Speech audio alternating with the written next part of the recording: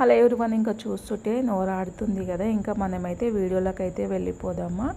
Chicken అన్నమాట, chicken liver, ఇంకొకటి దీన్ని ఏమంటారో నాకు తెలియదు. అవి చికెన్కి సంబంధించిన 3 అయితే ఉన్నాయి. అవైతే మంచిగా ఒక దాని మీద అయితే కొవ్వు పదార్థం చాలా ఉంటుంది. ఇంకా కొవ్వు పదార్థం అన్ని దాని మీద అయితే తీసేసుకోవాలి. వాళ్ళైతే మనకు చికెన్ షాప్లో అయితే వాళ్ళు తీసి ఇవ్వరన్నమాట, కట్ చేసి ఇస్తారు మామూలుగా. ఇంకా అయితే మంచిగా 4 నుంచి 5 సార్లు కడుక్కోవాలి, ఎందుకంటే దాంట్లో రాళ్ళు ఉంటాయి.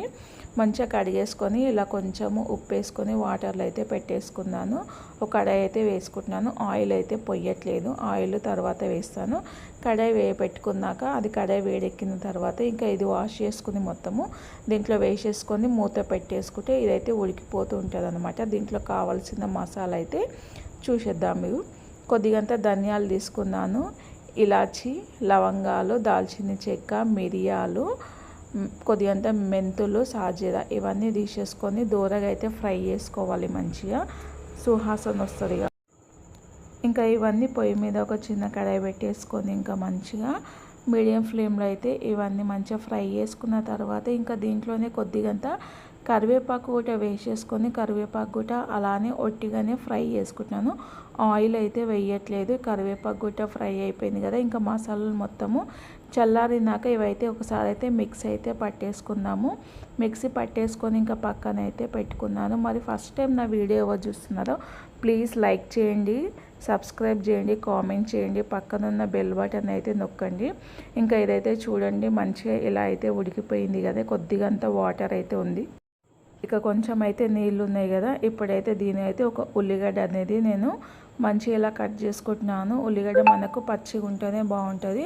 ఇంకా ఉల్లిగడ్డ కట్ చేసుకొని ఒక 2 పచ్చిమిర్చి అయితే ఇలా 1/2 కట్ చేసుకొని దీంట్లో వేసుకున్నాను. వేసేసుకొని ఇంకా ఆయిల్ అయితే నూనె సరిపడంత నూనె అయితే వేసుకొని కలుపుకోవాలి. మంచిగా కలుపుకున్న తర్వాత కొంచెము 2-3 దెబ్బలు కరివేపాకు కూడా వేసుకోవాలి.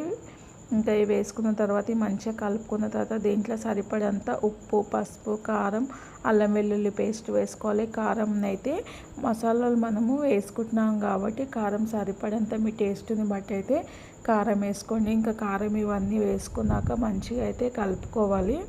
నేనైతే నెలకు ఒక్కసారి అయితే ట్రై చేస్తాను. చాలా అంటే చాలా బాగుంటుంది.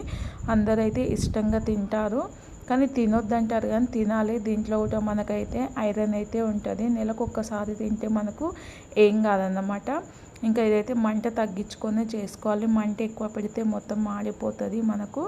ఆల్రెడీ ఇది అయితే ఉడికిపోయింది కాబట్టి మనకు వాటర్లోనే అప్పుడు చక్కగా అయితే ఇలా ఉంది కదా. ఇంకా దీంట్లో అయితే మనం మసాలాలు అయితే పట్టేసుకున్న మసాలా దీంట్లో వేసుకొని ఒకసారి అయితే మంచిగా కలుపుకుందాము. కలుపుకున్న తర్వాత ఇంకొంచెం అయితే ఉడకనిద్దాము. ఉడికిన తర్వాత ఇంకా కొత్తిమీర అయితే వేసుకుంటున్నాను.